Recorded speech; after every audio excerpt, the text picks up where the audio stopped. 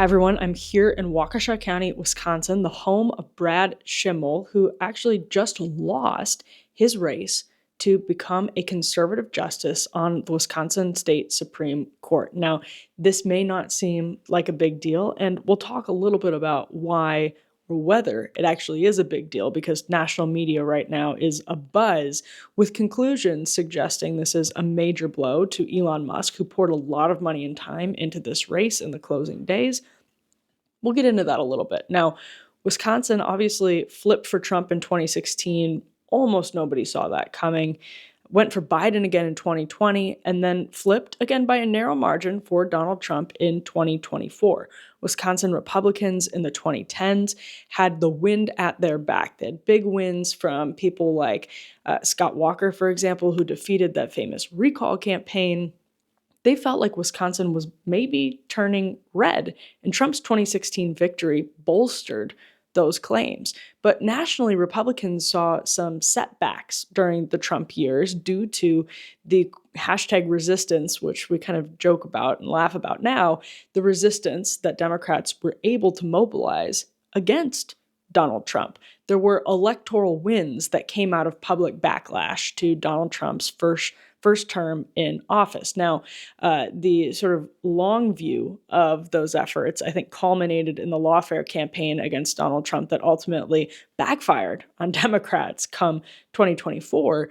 But in the first Trump term, Democrats did well in the midterms. They had some really good performances. And now people are sort of looking back and comparing what Democrats did on election night in Florida, in Wisconsin, on Tuesday, and also the aftermath of a Pennsylvania state race that went Democrats' way, and some other local races that people like Daniel, obviously, if you follow him on X, you've probably seen some of these takes, are feeling really good about for Democrats and saying this is kind of a backlash that Democrats experienced under Donald Trump's first term in office. Have you noticed prices creeping up? I know you've noticed prices creeping up. Groceries, gas, everything's costing more. Tariffs are kicking in, markets are all over the place, and people are wondering, is your retirement built to handle this? Well, that's exactly why we've partnered with Augusta Precious Metals, because when the economy shifts, smart investors look for ways to protect what they've built, and historically gold has done just that, holding its value through inflation, recessions, and even financial crises. A gold IRA lets you own real physical gold inside your retirement account. More investors, especially those with at least $50,000 in retirement savings, are turning to this as a way to hedge against uncertainty. If you're curious about how it works, Augusta Precious Metals put together a free guide that breaks it all down. How gold IRAs work, why they're in demand, and whether they make sense for you. No cost, no catch, just information you can use. Click the link in the description and grab your copy today. What's really interesting about this one, I just want to start by saying I was at a precinct here in Waukesha County earlier today that seemed pretty crowded. The poll workers were clearly, I don't want to say surprised, but impressed with the size of the crowd. And as we started to get numbers in, as the evening wore on, indeed, turnout was high. And this is particularly interesting because David Shore went very viral, and maybe some of you saw this a couple of weeks ago, for saying now Republicans are the party of low propensity voters. Educated, mobilized, engaged voters are now swinging for Democrats, and low propensity voters are going for Republicans.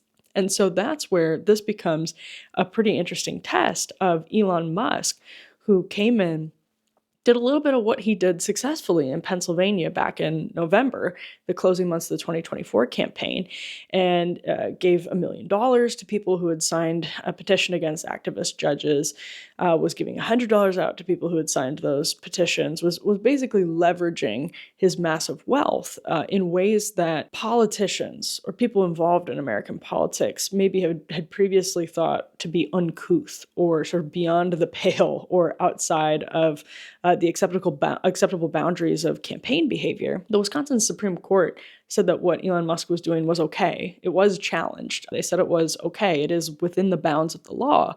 But definitely it was sort of not something on people's, vision boards as they were plotting out what they would do to win elections before Elon Musk came along and actually did it. It was a test of that playbook. And I think the Musk Pennsylvania playbook that worked with Donald Trump on the ballot before Doge. So these are a couple of important variables here. That didn't translate here in Wisconsin. Maybe there's a way Elon Musk can figure out how to make that translate in the midterms, in swing districts, or races in purple states. Maybe he can figure it out. But he put a lot of money into this race. So did Democrats. This is the most, according to ABC News, the most expensive judicial race in the history of the country. The most expensive judicial race in the history of the country. About $100 million competition. The cash advantage for Brad Schimel was about $53 million to Susan Crawford's $45 million. Musk himself put a lot of money into the race. So if this was a test of the Musk/MAGA playbook to kind of flip a switch, run a play, and win in difficult races by motivating the very singular Trump coalition and hope to extend that coalition beyond just elections where Donald Trump's name is on the ballot, then it failed. If this was Elon Musk's attempt to prove his worth to Donald Trump, as we have seen some of his poll numbers dip, as we have seen some of Doge's poll numbers dip, then that also failed. Now, on the other hand, the margin is about the same as it was back in 2023 when Wisconsin voters were deciding another state Supreme Court election. So we're talking about 10, 11 point margin for the liberal. Here in Wisconsin, there aren't Democrat judges or Republican judges. There are conservative and liberal judges. These are nonpartisan Supreme Court elections. On a drive, as these election results were coming in, I was listening to local talk radio, and there's some theorizing, maybe you might call it cope, that this was just about the economy. The economy has been great. People are worried about tariffs, for example. There's turmoil in the stock market. There are some economic indicators that look good for Donald Trump, at least ahead of Tuesday's major Liberation Day tariff announcement. That was maybe the spin that was coming out of Republicans. Maybe the Republican Party of Wisconsin didn't do enough. But, honestly, I had a source, very well-placed Republican source who works on these issues, say only Trump himself, this was his reaction, quote, only Trump himself truly brings out the working class, like it or not. And that's a pretty good takeaway because Musk thought that maybe with a ton of money and unorthodox tactics and this new coalition, he could make it so for Republicans, it's not just Trump who, quote, truly brings out the working class. This is partially what he was trying to prove by coming to Green Bay over the weekend, doing a big rally, putting lots of money into this, giving out money. If that was what he was trying to prove, it didn't work. Again, maybe he can make it work in the future, but it did not work this time around. So again, the David Shore takeaway that went really viral recently was kind of being tested here, right? This idea that, quote, people who are the least politically engaged swung enormously against Democrats. They're a group that Biden either narrowly won or narrowly lost 4 years ago, but this time they voted for Trump by double digits. That's referring to November 2024. So there was higher turnout in counties like Waukesha for Schimel. He got more votes than the conservative justice who was on the ballot in 2023. But it wasn't enough. What Musk did wasn't enough in a state like Wisconsin, which has been blue for a long time and has had some spurts because of working class frustration with Democrats. And one thing that I've been thinking about is when Democrats have a decent candidate, they don't need to be amazing, but just better than Hillary Clinton or Kamala Harris. Joe Biden is an example of that. When Democrats have a decent candidate in the lesser of two evils contest that a lot of voters, swing voters, think of themselves being in when they have to choose between right or left, then if it's Musk and Doge and Trump, some of those swing voters will go with sort of the normal seeming liberal or Democrat as being more favorable. And those are important swing voters because when the lesser of two evils looks like a sort of progressive culture warrior elite like Kamala Harris, then those voters might go with Musk or Trump. It doesn't mean that they love Musk or Trump, although obviously some very much do. It just means that they say, So one of the things going forward is a question of whether Musk himself is a specific drag on the Republican ticket because of the way that he's conducted himself since joining the government. I don't think we have enough information from this to make that judgment. I think what we have from this to make that judgment is, at the very least, Musk's tactics.